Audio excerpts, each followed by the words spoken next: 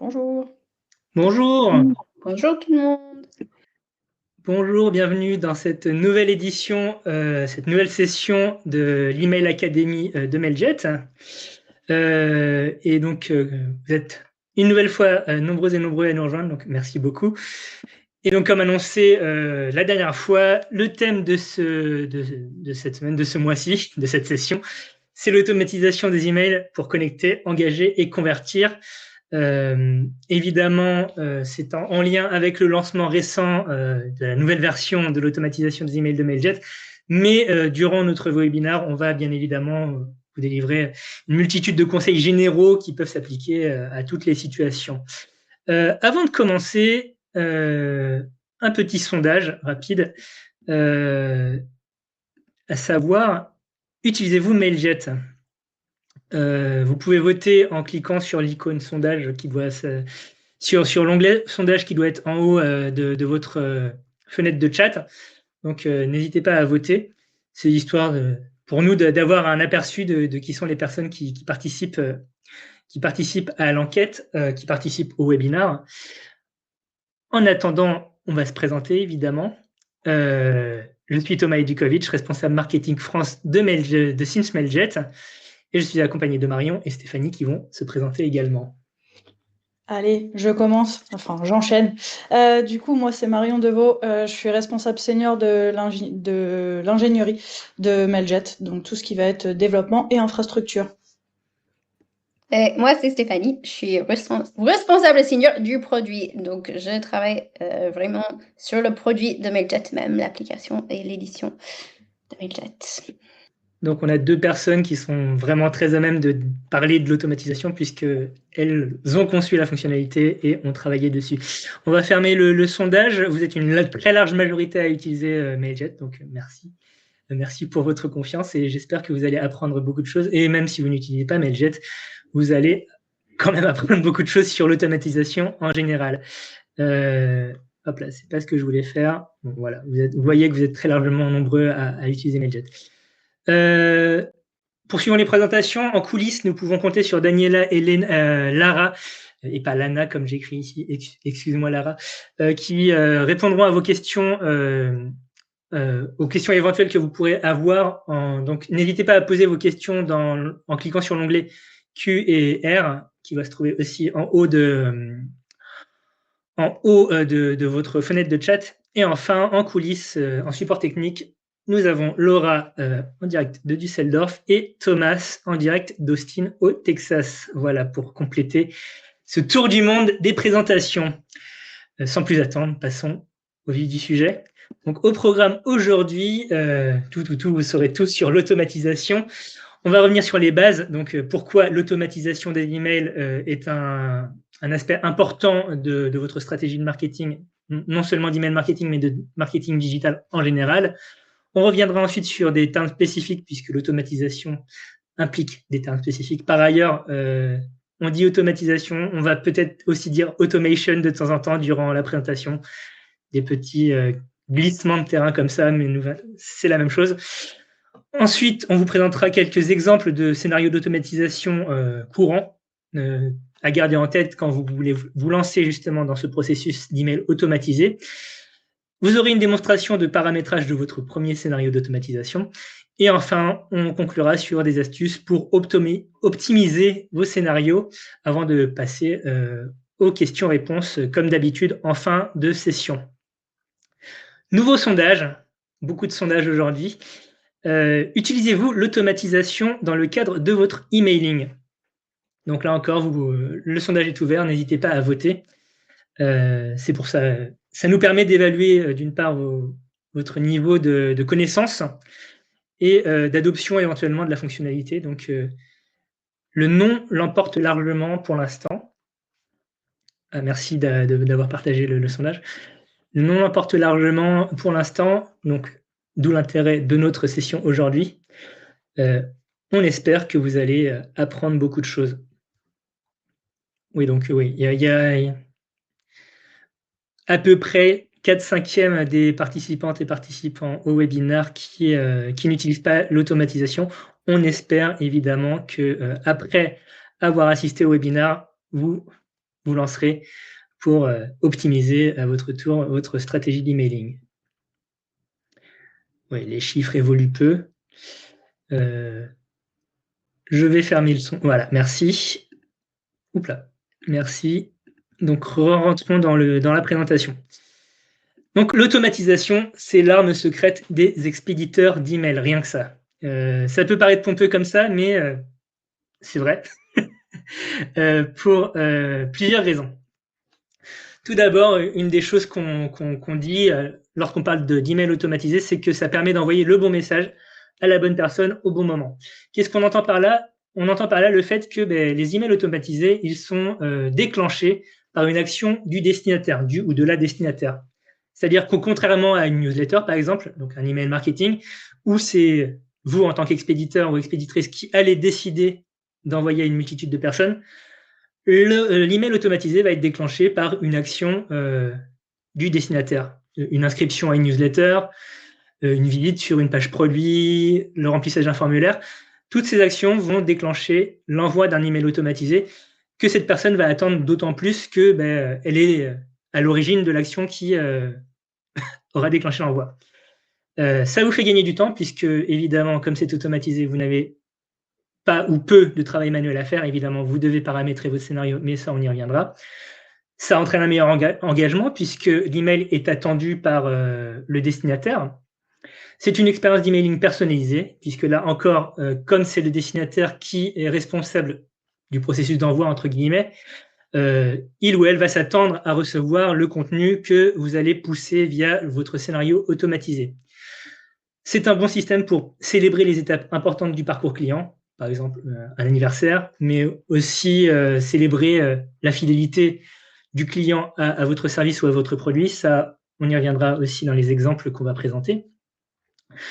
Ça permet de collecter des informations plus précises, plus pertinentes sur vos différents contacts pour créer de nouvelles opportunités de segmentation. Ce qu'on veut dire par là, c'est que lorsque les personnes s'inscrivent à vos newsletters, par exemple, ils vont peut-être remplir des champs comme nom, prénom, les choses classiques, éventuellement localisation, âge, mais pour ne pas fatiguer et ne pas perdre ce potentiel prospect, vous allez limiter le nombre de champs dans votre formulaire.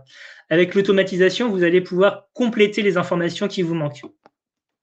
Vous allez récolter des informations comportementales parce que les différents déclencheurs sont basés sur des comportements, justement. Vous allez aussi éventuellement pouvoir leur demander de compléter certains champs qui sont nécessaires à l'exécution de la commande ou de l'envoi, de la conversion qui va avoir lieu suite à l'envoi de l'email automatisé. Enfin, l'automatisation permet d'optimiser davantage votre emailing, donc du fait que vous allez récupérer davantage d'adresses, de contacts, de données clients, parce que vous aurez un meilleur suivi de l'engagement, et enfin parce que ça va vous permettre une meilleure segmentation, comme dit précédemment.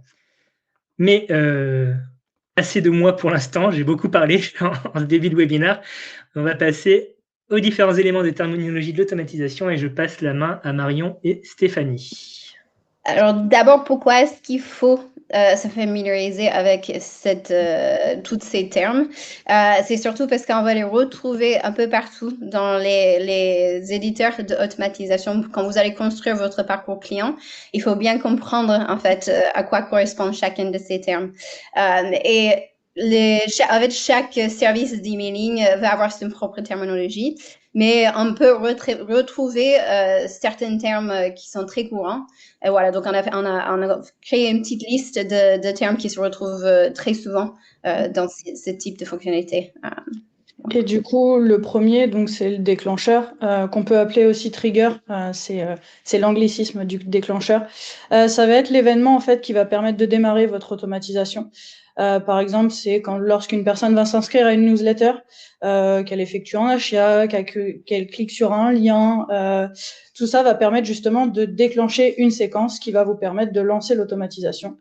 Donc, si je prends un exemple concret, lorsque je m'inscris à un formulaire, je vais déclencher l'envoi d'un email de bienvenue, par exemple. Voilà. Alors, une condition ou une critère, en fait, ce sont une règle ou les règles qui vont permettre d'identifier ou de vérifier si un contact peut continuer dans un parcours ou s'il remplit certaines exigences pour pouvoir continuer dans un parcours ou aller dans une branche du parcours, en fait, en fonction de la réponse. Donc, par exemple, on peut le faire en fonction du comportement dans l'étape précédente. Par exemple, est-ce que le client a ouvert l'email? Hop, il part dans la branche à gauche, et s'il n'a pas ouvert l'email, il peut partir dans la branche de droite, par exemple. Donc, ça nous permet de mieux cibler le parcours en fait qui va suivre la condition ou même permettre de sortir des contacts qui ne sont plus engagés ou qu'on souhaite sortir de notre automatisation. Pour le segment, du coup, c'est une terminologie qu'on connaît déjà au sein de Mailjet, puisque vous pouvez créer des segments en dehors de l'automatisation. Mais du coup, ça va être un groupe de contacts qui va être défini selon des critères qui vont être communs. Par exemple, l'âge, le pays, la date d'anniversaire. Mais ça va vous permettre d'envoyer des emails plus ciblés et plus personnalisés. Grâce au contenu qui va être plus personnalisé. Donc pareil, en exemple, je peux créer un segment qui va être basé sur les personnes qui ont plus de 18 ans et qui vivent en France, par exemple. Du coup, on peut aussi varier sur des clients qui vont avoir ouvert les emails sur les 30 derniers jours. Voilà. L'objectif, bon, ça c'est comme toute bonne campagne marketing, toute bonne campagne emailing, c'est pas une exception pour l'automatisation. Il faut bien définir son objectif même avant de créer votre automatisation. Ça peut être par exemple, est-ce qu'on souhaite que l'utilisateur effectue un achat à la fin?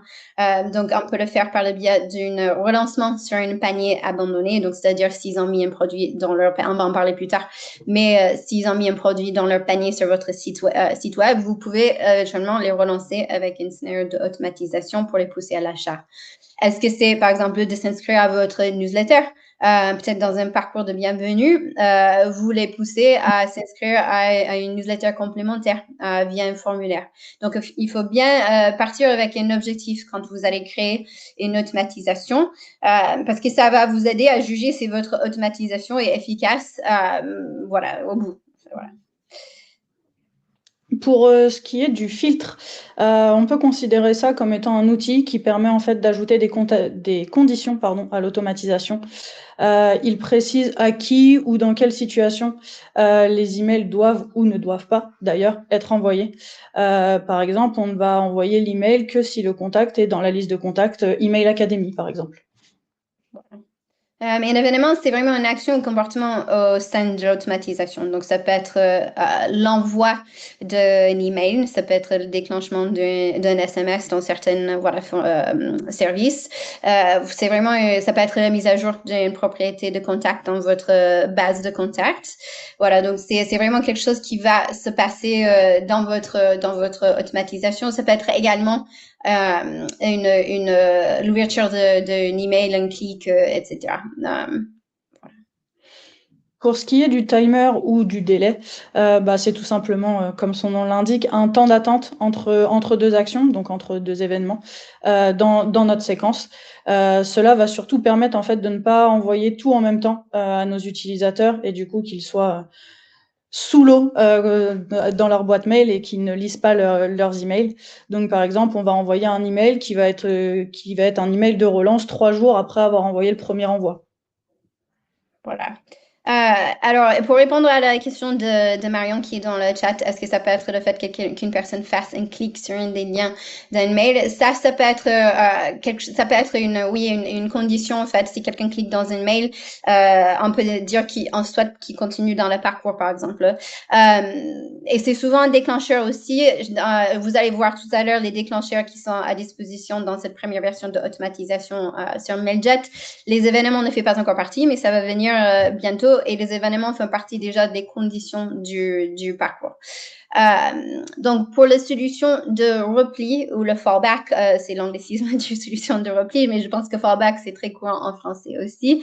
C'est l'alternative qui est prévue si l'action principale a échoué, donc, ou qui n'est pas possible. Donc, par exemple, si on a souvent on le voit si on ajoute une variable, une personnalisation à notre email, par exemple le prénom d'une personne, on a une solution de repli qui est de, par exemple, cacher cette variable au cas où le prénom de la personne n'est pas disponible.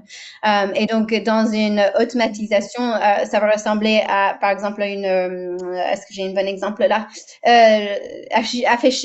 L'affichage d'un message par défaut, par exemple, au lieu d'un truc personnalisé dans le parcours. Pour ce qui va être de la réentrée, de la cadence, de la fréquence, ça définit la même chose et cela va définir si et quand un contact peut entrer de nouveau dans notre automatisation. On l'utilise pour qu'une personne reçoive, c'est utile pour éviter qu'une personne reçoive plusieurs fois les mêmes emails en très peu de temps. Je pense aussi, on va le détailler tout à l'heure, mais du coup, ça peut être éviter qu'un contact ne reçoive plusieurs fois un email pour son anniversaire, puisque l'anniversaire, c'est qu'une fois par an. Donc, du coup, on va avoir un scénario qui va nous permettre de remettre le contact dans le flow tous les ans. Et la dernière, c'est la sortie ou le exit, pareil, c'est l'anglicisme. C'est le point de fin du parcours pour un contact. Donc, ça peut être parce qu'ils ont atteint l'objectif que vous avez fixé au début d'un scénario, ou ça peut être aussi parce qu'il y a une condition d'arrêt est remplie. Donc, par exemple, il n'a pas cliqué dans 3 emails d'affilée, donc on va dire, hop, il n'est pas engagé, on va le sortir du scénario, on va pas s'acharner et risquer de l'énerver, on va dire. Voilà, donc ça fait que le contact va sortir de votre automatisation et ne continuera plus dans le parcours. Et ça peut être aussi juste la fin de votre automatisation pour dire, hop, c'est fini. Une fois arrivé là, hop, on les enlève. Ça fait beaucoup de terminologie. J'espère qu'on vous a pas trop bourré le crâne. Mais comme je l'ai dit dans le chat, le webinaire sera disponible. L'enregistrement du webinaire sera disponible une fois la session terminée. Donc vous pourrez faire des pauses et tout rattraper plus tard. Passons aux scénarios d'automatisation les plus communs. Et commençons par le classique des classiques, la base de la base, le scénario de bienvenue, qui, comme son nom l'indique, permet d'accueillir les abonnés, les personnes qui se sont inscrites et leur faire découvrir vos produits et fonctionnalités. Donc, voilà, scénario de bienvenue. Et qui peut être d'une durée variable. Ça peut être comme dans l'exemple affiché ici par Bricomarché, un simple message d'accueil qui n'a rien d'autre, qui n'a pour d'autre but que d'accueillir justement les nouveaux inscrits. Mais ça peut être également un véritable processus d'accompagnement au plus ou moins long cours. C'est notamment le cas, particulièrement le cas dans les entreprises de B2B ou dans les entreprises de SaaS, donc Software as a Service, où vous allez recevoir un premier email de bienvenue, puis le scénario va s'enclencher et au gré des différents jours et semaines à venir, vous allez recevoir au fur et à mesure des emails vous présentant telle ou telle fonctionnalité, tel ou tel service supplémentaire pour que vous vous fassiez la main en parallèle de votre découverte pratique du service, vraiment comme outil d'accompagnement en alternative en quelque sorte à la documentation. Voilà, donc c'est vraiment un des scénarios de base à mettre en place pour commencer l'automatisation, pour vous lancer dans l'automatisation. Je vois beaucoup de questions dans le chat, n'hésitez pas à les poser dans l'onglet Q&R qui est à côté de l'icône chat. Puisque comme ça remonte directement à nos équipes support et les autres participants peuvent voter pour vos questions. Donc, on pourra les traiter en priorité à la fin de la session. Autre scénario. Oui, le scénario anniversaire, je l'ai déjà évoqué il y a quelques minutes, mais du coup, il est facile de créer des scénarios qui vont être déclenchés à une date récurrente. Donc, c'est parfait pour les anniversaires. Ça peut être aussi un anniversaire d'adhésion ou tout simplement pour un rappel, notamment, je pense, les renouvellements. Ça va montrer que vous vous souciez vraiment de vos abonnés, puisque du coup, ils auront, justement, ça fait toujours plaisir d'avoir un petit message avec potentiellement une petite réduction pour son anniversaire, comme vous pouvez le voir là dans l'exemple. Ça va aussi montrer que vous vous souciez d'eux via la personnalisation, puisqu'on va pouvoir justement personnaliser l'email avec ses propriétés de contact, et ça va permettre une meilleure proximité et une meilleure rétention aussi de votre clientèle, de votre liste de contacts. Et voilà, dans les scénarios d'anniversaire, on conseille quand même d'offrir systématiquement quelque chose, donc soit un code promotionnel, une réduction ou une offre spéciale, parce que voilà, ça fait toujours plaisir d'avoir des cadeaux pour son anniversaire. Là, par exemple, donc sur l'email qui est envoyé, c'est justement pour un anniversaire. Il a été créé via Mailjet et on a créé ça via les blocs d'automatisation qui étaient disponibles dans Mailjet.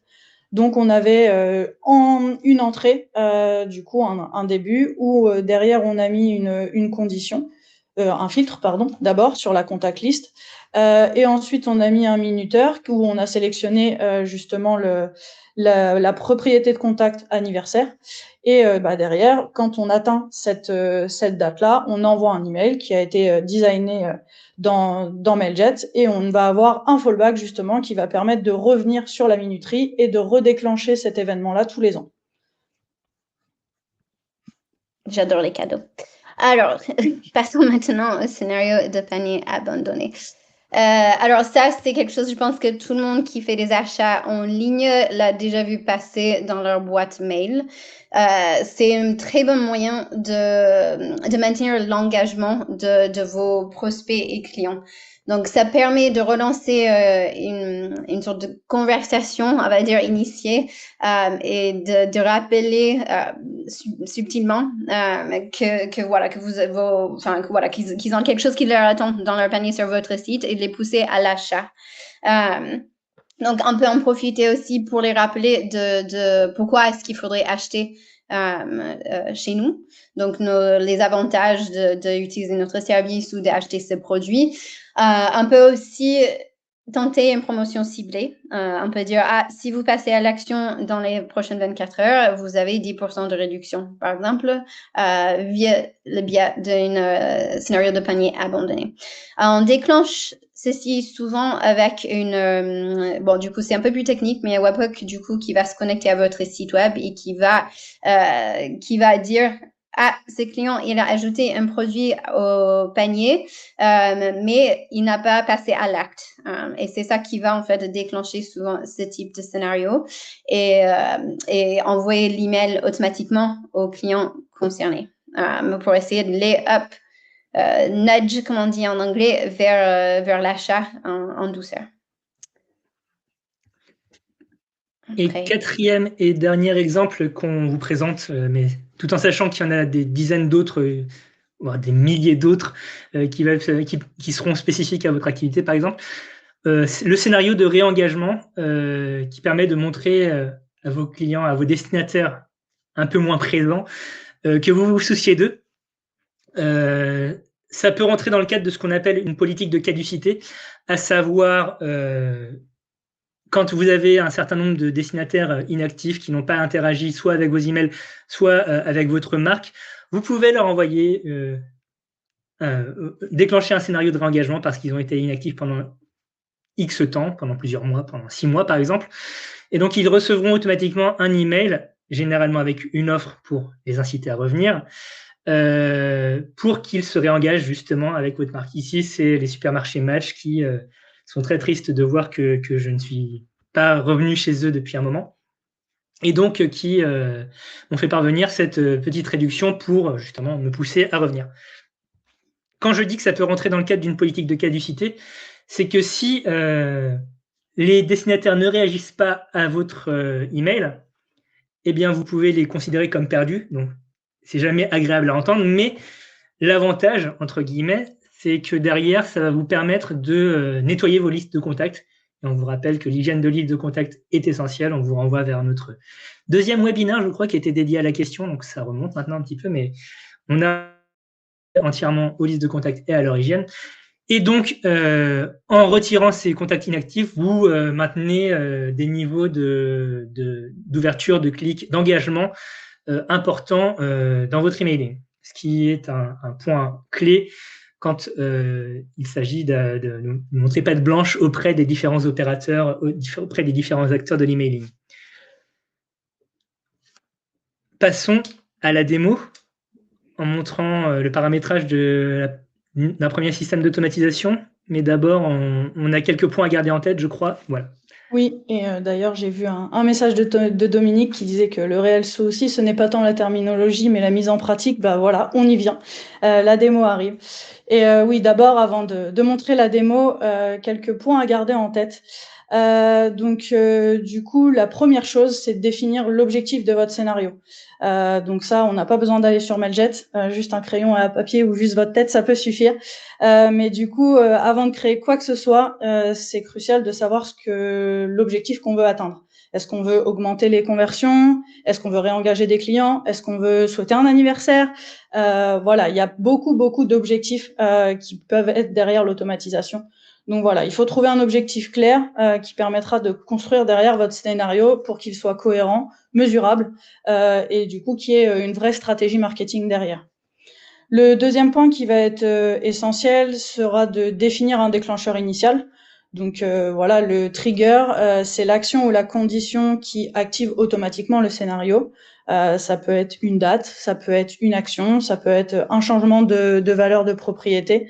Mais du coup, le bon déclencheur va garantir forcément que le scénario démarre aussi au bon moment et avec un contexte qui devra et qui doit être pertinent pour le contact.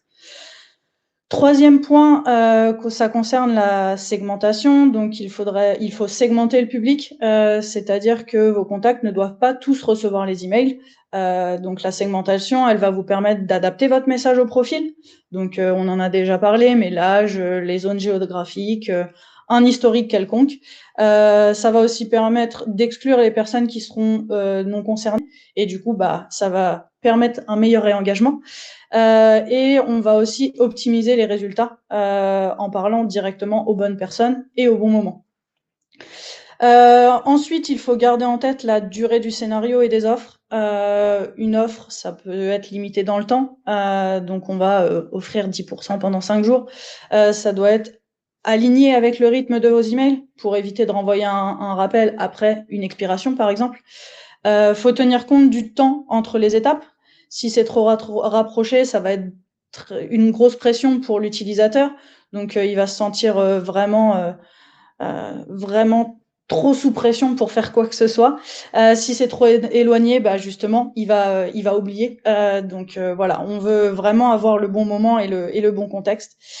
Et voilà, il faut déterminer une durée de validité totale. Le scénario doit pas tourner indéfiniment quand on a des automatisations qui vont être entre guillemets linéaires et qui vont pas concerner des réengagements ou des dates d'anniversaire, par exemple. Et enfin, de toute façon, on réussit très rarement du premier coup. Donc, tester, optimiser, recommencer et répéter encore et encore. De toute façon, l'automatisation, ce n'est jamais figé parce que votre base de clients change. Les comportements aussi changent. Donc voilà, il faut tester régulièrement vos scénarios, le contenu, les délais, les segments, etc. Il faut réussir à mesurer les résultats via le taux d'ouverture, le taux de clic, etc. Il faut que vous appreniez ce qui fonctionne ou pas aussi pour pouvoir améliorer l'automatisation et évidemment ajuster les blocs, ajuster les messages, les déclencheurs au fur et à mesure parce que c'est une amélioration continue. Et maintenant, je pense qu'on peut passer à ce que tout le monde attend. Et là, on attend Stéphanie avec impatience, la démo. Je pense qu'on va être un peu déçus parce qu'on a beaucoup de demandes pour différents types de scénarios et j'avais prévu plutôt un scénario de bienvenue. Bon, mais on va au moins essayer. Si je peux me permettre, j'ai vu qu'il y avait la question sur l'anniversaire. Le scénario sur l'anniversaire, il est dans notre documentation. C'est celui qui est présenté comme exemple. Donc du coup, c'est pour ça aussi qu'on n'a pas choisi celui-là. Si vous allez sur la documentation de Mailjet, vous pourrez trouver le scénario détaillé de l'anniversaire. Très bien, c'est ce que j'allais dire exactement, Marion, c'est qu'on a aussi une documentation qui peut vous aider avec vos questions. Si jamais le démo ne répond pas à vos besoins. Donc, je vais arrêter le partage des slides. On va croiser les doigts qu'il n'y ait pas de problème technique. N'hésitez pas à me signaler si on ne voit pas la vidéo, aussi un souci de vidéo. Hop. C'est bon? Oui, c'est tout bon. Super, love it. OK. Alors, comme elle vient de dire, Marion, on doit choisir un objectif pour notre scénario avant même de le construire. Moi, pour l'objectif du démo, j'ai voulu choisir plutôt un scénario de bienvenue parce que, comme il a dit Thomas tout à l'heure, c'est la base de la base. Donc, on va voir comment le mettre en pratique à peu près. Mais je vais essayer aussi d'expliquer comment peut-être on pourrait utiliser les automatisations pour d'autres scénarios aussi au pied levé, si possible. Alors, comme on a dit tout à l'heure, cette nouvelle expérience d'automatisation a été lancée chez Mailjet il y a 2 semaines à peu près. Donc, si vous avez accès, si vous êtes utilisateur Mailjet, n'hésitez pas à aller jouer avec parce que c'est assez chouette. Donc, la première chose au début de notre scénario, c'est de choisir le déclencheur. Donc, nous, puisque on va faire un scénario de bienvenue, on va probablement choisir le fait que le contact est ajouté ou s'abonne à une liste de contacts. On peut également, je reviens un petit peu en arrière, on peut également faire un déclencheur qui est basé sur une mise à jour d'une propriété de contact. Et là, ça peut se passer soit par la mise à jour de votre propriété de contact via un import de fichier ou via une webhook qui fait la mise à jour de façon automatique à votre place. Donc, ça veut dire un exemple de ça. Ça peut être, par exemple, si on souhaite déclencher un scénario, si on a un client qui qui n'a pas visité notre site depuis plus de 30 jours. On peut avoir un propriété de contact qui indique qu'un client est inactif, par exemple, est déclenché, un scénario de réengagement avec une propriété de contact. Stéphanie, oui, il y a des retours comme quoi les gens ne voient pas ce que tu partages. Pas d'image. Ça bouge pas pour l'instant, mais vous voyez pas du tout la vidéo non plus. Manifestement non. Alors il y a des gens qui voient, mais d'autres non. Voilà, ils voient ce qui est partagé. Non, c'est normal, c'est parce que la vidéo est en pause pour l'instant. Ouais, pardon, je voulais expliquer les déclencheurs, pardon, c'est pour répondre un peu à vos questions que les autres scénarios. Bon, OK, bon, tant qu'il y en a, bon, on dirait qu'il y a quand même un bon pourcentage qui voit, mais n'hésitez pas, voilà, à signaler si continue à avoir des soucis. Voilà, donc en fait, on a plusieurs moyens de déclencher un scénario. Nous, on va partir sur le fait qu'un contact soit ajouté à une liste de contacts ou qui s'abonne, parce que nous, on va plutôt prévoir un scénario de bienvenue dans notre exemple. Donc, une fois que j'ai sélectionné le déclencheur, je dois sélectionner une liste de contacts. Je peux sélectionner plusieurs ou un seul, selon ce que je souhaite faire. Ensuite, je vais venir ajouter une condition. Là, on en a parlé tout à l'heure. Ça va créer 2 parcours en fonction du condition que je vais imposer au scénario. Pour le contexte de ce scénario, je vais utiliser un segment. Donc, je vais envoyer ceux qui sont dans mon segment de langue égale anglais dans la branche, tout droit, la première branche du scénario. Et tous ceux qui ne sont pas tous les autres qui ne sont pas dans ces segments, ils partiront dans le parcours alternatif qu'on voit à droite. Ensuite, après, je dois préciser que les conditions, c'est pas une obligation, c'était juste pour vous montrer concrètement à quoi ça ressemble dans le démo. On peut également juste mettre une action suite à une déclencheur si on souhaite. Mais là, je vais venir ajouter une action à chaque parcours, donc l'envoi d'email. Je vais également pas rentrer dans les détails aussi d'ajouter les modèles à chaque action, mais il faut bien sûr choisir le modèle d'email qui est adapté à la langue, le contenu que vous souhaitez envoyer dans chaque étape du parcours. Je sais déjà que dans ce parcours de bienvenue, je veux envoyer plusieurs emails. Donc, pour s'assurer qu'ils ne s'envoient pas l'un après l'autre, je vais venir ajouter une délai, donc une minuteur, à chaque étape. Donc, ceci permet de mettre un petit délai entre les actions de votre scénario.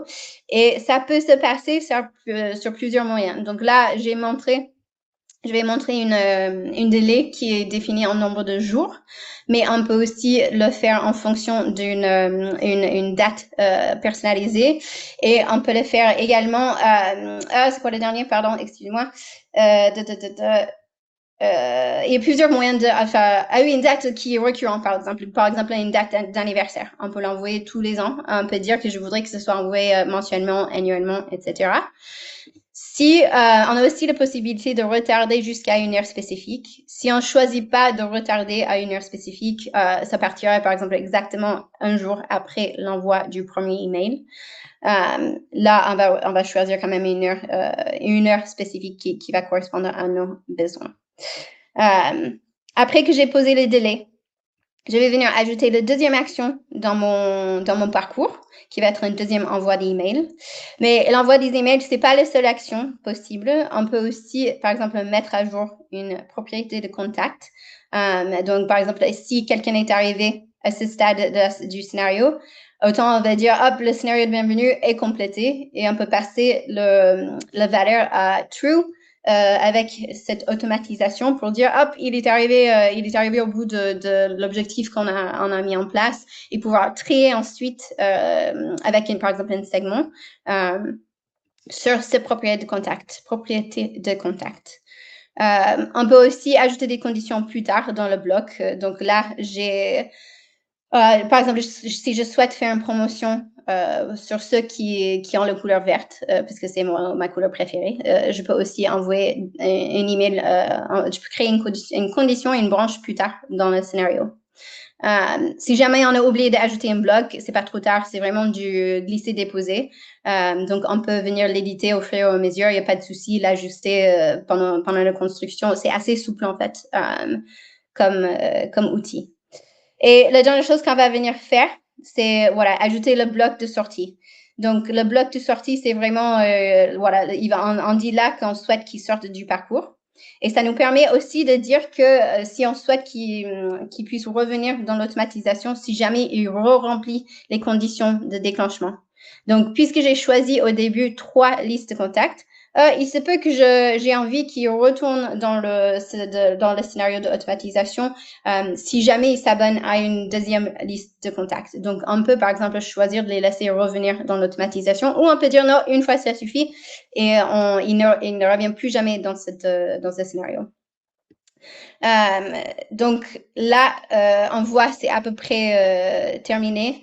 Il suffit de venir ajouter les modèles, être sûr que chaque branche du scénario est bien bouclée. Donc là, on ajoute une petite dernière minuteur et une dernière action pour être sûr qu'il n'y a personne qui reste coincé dans un scénario, parce que ça peut être un problème si quelqu'un ne sort pas. C'est plus difficile d'en tirer des conclusions. Et hop, là, une fois que tout est fini, on peut aller vérifier une dernière fois que chaque élément est bon. On peut regarder les emails qu'on a ajoutés à notre parcours. On peut également modifier le nom de chaque bloc. Si condition 1 ne vous parle pas, vous pouvez mettre couleur préférée pour bien comprendre où vous en êtes dans le scénario. On voit aussi en bas à droite la carte qui nous permet de se retrouver facilement dans un scénario qui est plus complexe, donc de naviguer facilement entre chaque élément. Et une fois qu'on est content de notre scénario, on peut bien entendu le publier et l'activer.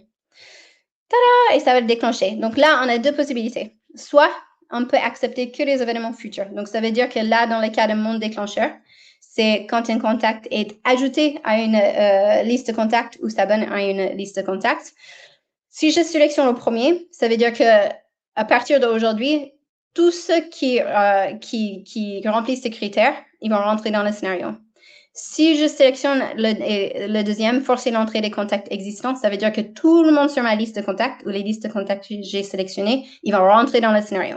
Voilà, donc il faut bien réfléchir avant de choisir cette étape de votre automatisation. On va publier. Tada! Dès que c'est publié, on peut suivre en temps réel les contacts qui sont entrés dans l'automatisation, les contacts qui sont en cours, qui sont quelque part dans le parcours, et on peut voir aussi les contacts qui sont sortis. Et là, vous les voyez à droite, les petits compteurs qui vont se mettre à jour. Et si jamais on va suivre la bonne pratique de ensuite tester et modifier notre automatisation, qu'est-ce qui se passe? Là, on peut aller en mode brouillon. Changer quelque chose, par exemple, là, je change le minuteur. Et on verra bien que là, je suis en mode brouillon, mais je vois que l'automatisation publiée, il n'a pas encore été impacté. Voilà. Donc, je peux quand même travailler en mode brouillon pour mettre à jour mes automatisations tout en sécurité. Une fois que c'est bon, on publie et c'est reparti. Voilà. Merci pour cette démo, Stéphanie. Avant de passer à la suite, on rappelle que l'automatisation donc chez Mailjet est disponible à partir des abonnements premium. Ça répond à la question d'Antoine qu'Antoine a posée dans le chat. Passons à la suite avec justement des astuces pour optimiser vos scénarios d'automatisation. On a plusieurs points à aborder. Je crois qu'on commence par Marion. Tout à fait. Du coup, pour atteindre vos objectifs, la première chose, c'est de faire des tests de l'A/B testing. Donc voilà, on peut optimiser chaque élément de nos scénarios pour améliorer les performances et réellement atteindre nos objectifs. Du coup, l'idée, c'est de tester intelligemment. Par intelligemment, j'entends un seul élément à la fois, sinon vous ne saurez pas quel élément vous a permis d'atteindre d'une meilleure façon vos objectifs. Donc voilà, il n'y aura pas de connaissance de l'impact si c'est ça. Donc la première chose, c'est l'email. On peut tester le contenu ou le design. Donc voilà, quelques idées. On peut tester le contenu. Est-ce avec un texte long, un texte court, si on va avoir un bouton d'action qui va être visible dès le début de votre email ou plutôt à la fin. On peut tester le design sur la mise en page, des couleurs, des structures, des images ou non. Aussi sur le ton, plutôt formel, plutôt décontracté, pardon. Voilà, du coup, l'idée, c'est de trouver le message qui engage le plus vos destinataires. Ensuite, on va avoir l'objet de l'email, puisque c'est la première chose que l'utilisateur va voir. Donc voilà, c'est quand même quelque chose qui est clé pour l'ouverture de vos emails. Donc voilà, on a quelques variables qui sont testables aussi. Est-ce qu'on met des emojis ou non? Est-ce qu'on est plutôt sur une forme interrogative, une forme affirmative? Aussi la personnalisation. Est-ce qu'on va directement interloquer l'utilisateur en mettant son prénom dans le sujet? Voilà, l'objectif, c'est vraiment d'augmenter votre taux d'ouverture. Ensuite, on va avoir le parcours pour tester le timing, la séquence. Lorsque votre scénario contient plusieurs étapes, on peut tester aussi le moment d'envoi, plutôt le matin, plutôt l'après-midi, quel jour de la semaine, est-ce qu'on envoie quand même le week-end, l'intervalle aussi entre les étapes, tous les 2-3 jours, c'est à vous de décider. Le nombre d'emails aussi qui vont apparaître dans la séquence. Est-ce que 2 c'est suffisant? Est-ce que 4 ça va être plus efficace? Voilà, l'objectif c'est aussi de trouver le bon rythme qui va convenir à votre base de clientèle sans pour autant les saturer. Et ensuite, on va pouvoir, encore une fois, itérer pour progresser. Voilà, l'A/B testing, c'est quand même un levier qui va être très puissant, mais uniquement, j'ai envie de dire, s'il est bien utilisé. Donc voilà, il faut se baser sur des données qui sont réelles. Faut pas hésiter à tester qu'une chose à la fois. Faut attendre d'avoir un échantillon suffisant pour pouvoir faire des conclusions, qui vont être fiables. Donc voilà, il faut pas changer tous les 2 jours parce qu'on n'a pas encore assez de clics. Il va vraiment falloir un échantillon qui soit concluant. Passons à l'analyse de l'engagement. Donc, comme tout domaine de l'emailing, finalement, votre stratégie d'automatisation, elle va essentiellement reposer sur vos statistiques retour, donc a posteriori. C'est pour ça que c'est important de tester, comme l'a dit Marion. Et donc, parmi les choses que vous allez devoir scruter spécifiquement quand vous allez analyser vos scénarios d'automatisation, il y a notamment le point de chute. C'est-à-dire à partir de quel email, à partir de quelle étape de votre scénario d'automatisation est-ce que l'engagement n'est plus le même, enfin descend drastiquement.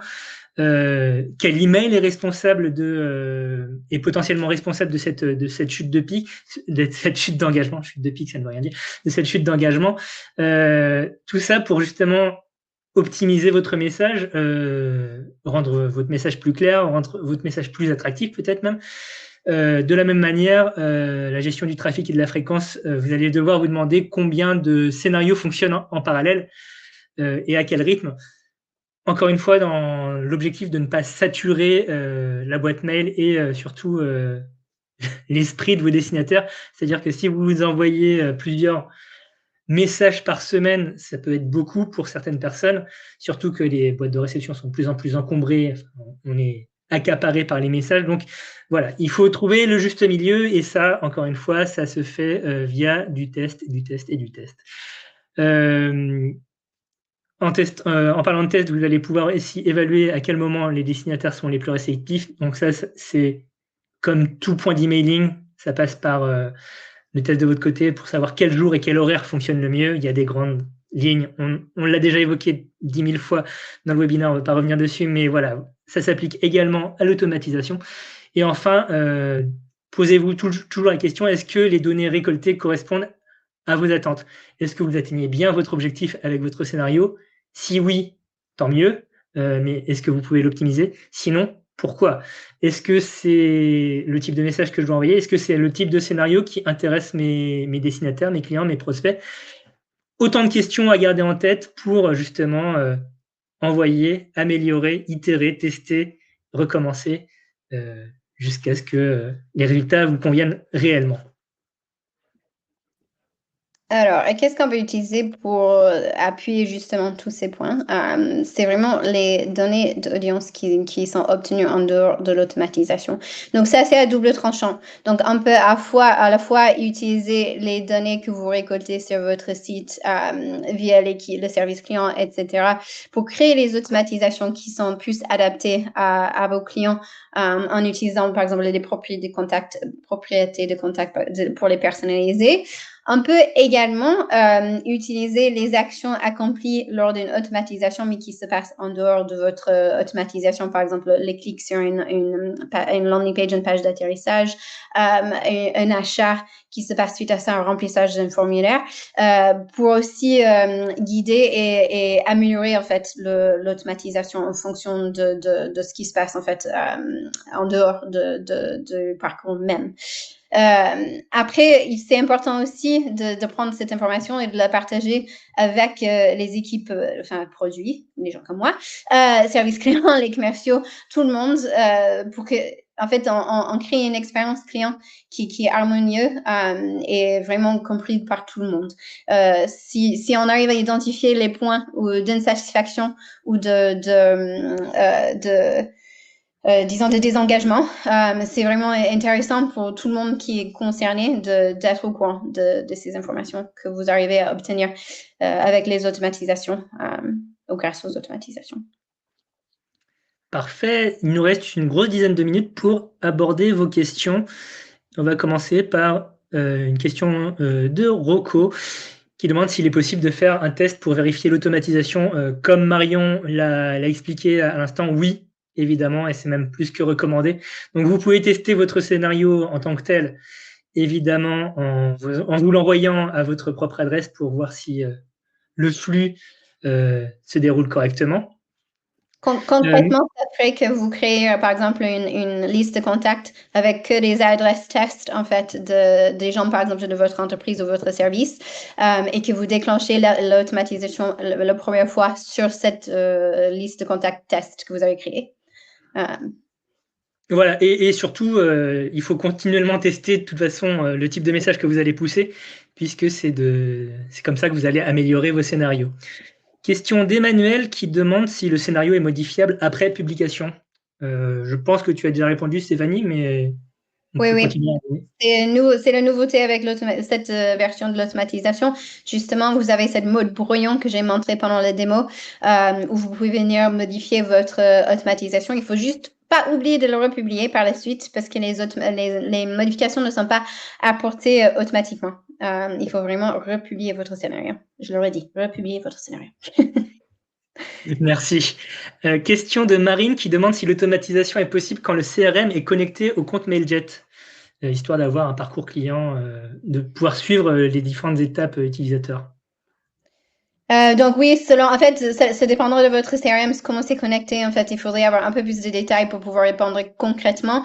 Mais comme on a montré lors du démo, si votre CRM est connecté et que ça met à jour automatiquement vos listes de contacts, vos propriétés de contacts, là, on peut justement baser un scénario sur ces changements et déclencher un scénario en fonction des actions qui se passent via les mises à jour de votre CRM.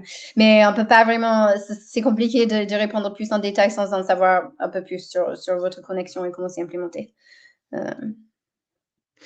J'ai une question de Julien sur laquelle on va revenir, qui est plus trait aux bonnes pratiques de l'emailing en général.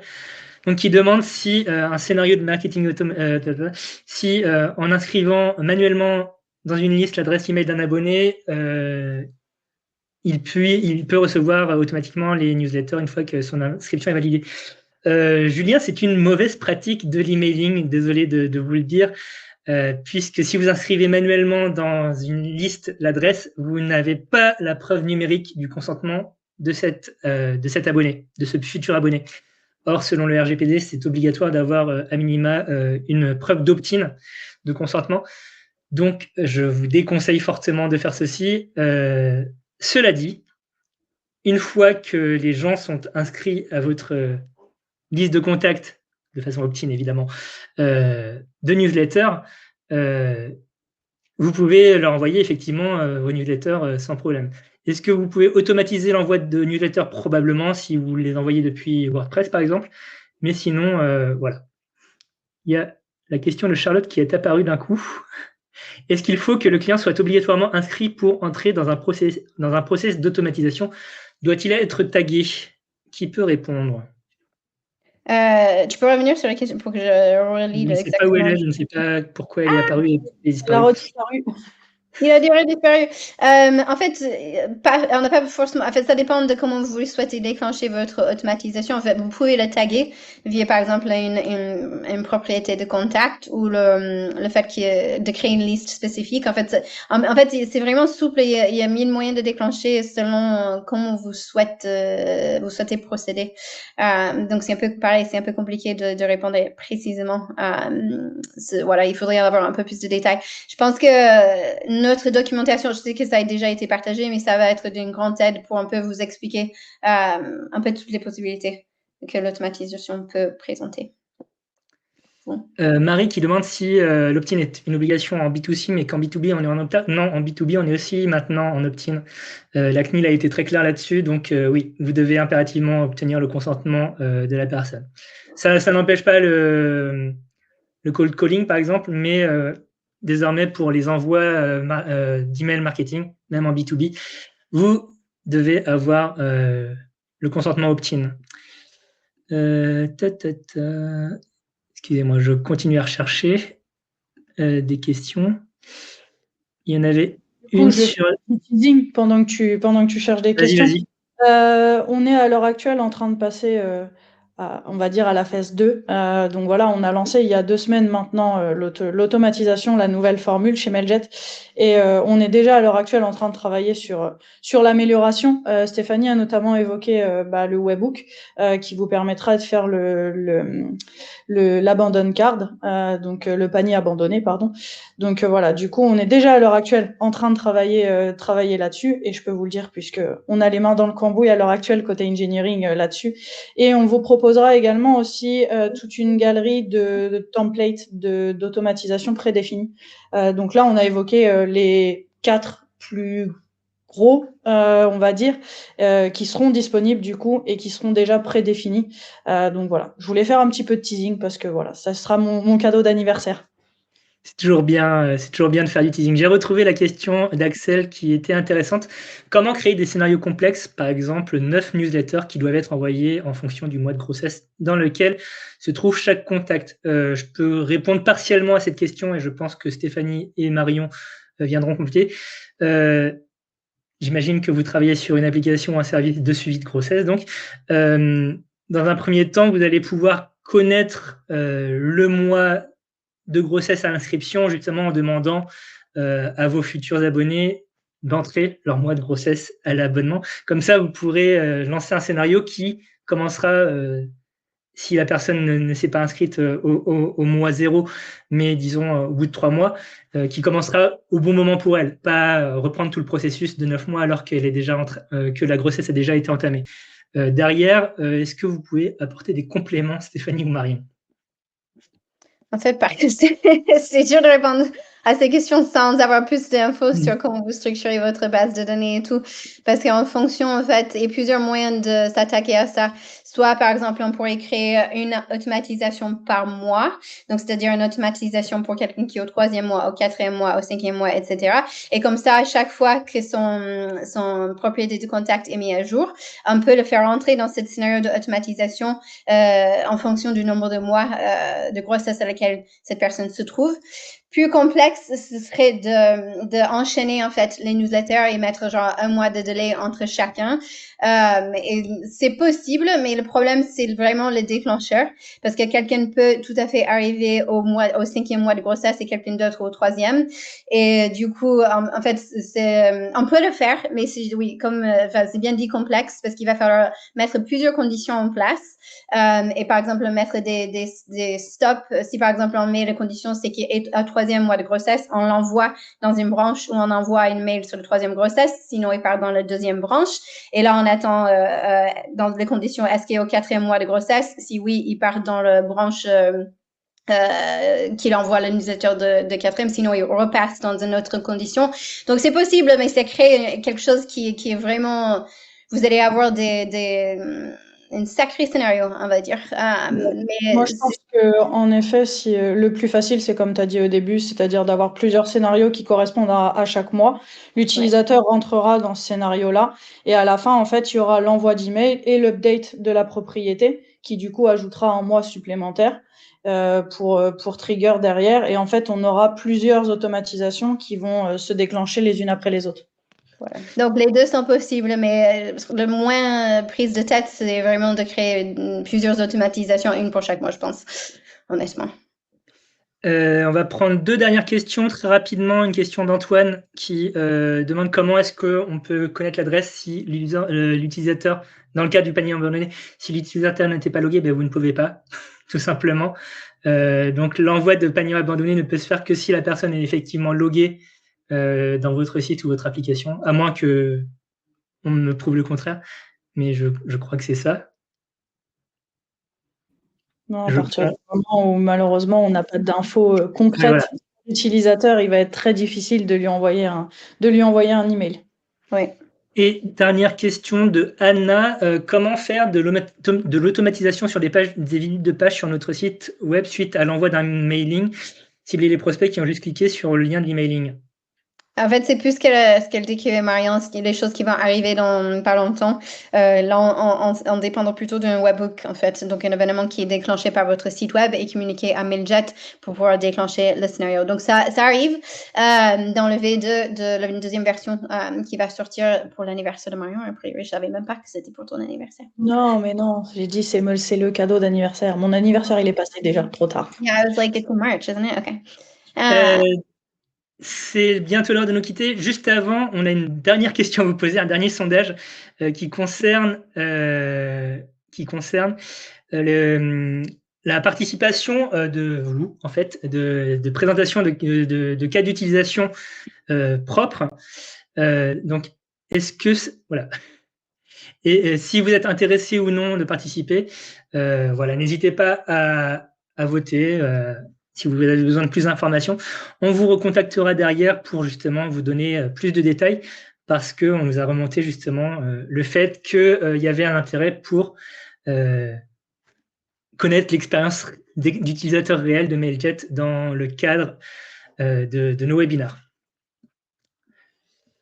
Quelques votes. On va laisser le sondage ouvert de toute façon jusqu'à la fin du webinaire. De notre côté, c'est la fin, mais on a déjà un rendez-vous pour le prochain qui aura lieu le 26 juin, le jeudi 26 juin à partir de 15h comme aujourd'hui, et donc qui reviendra sur au-delà des bases, justement, la délivrabilité. Le tout premier webinaire qu'on avait présenté, c'était les bases de l'emailing. Là, on va aller au-delà des bases pour justement affiner votre stratégie et justement pousser votre engagement par emailing toujours plus loin. Ne le ratez pas. Marquez sur vos calendriers. Merci beaucoup pour votre participation. Vous êtes toujours aussi nombreux et aussi constants, ça fait plaisir. Et donc, on se donne rendez-vous fin juin, avant les vacances, pour ce prochain webinaire. Merci. Merci. Au revoir. Au revoir. Bye.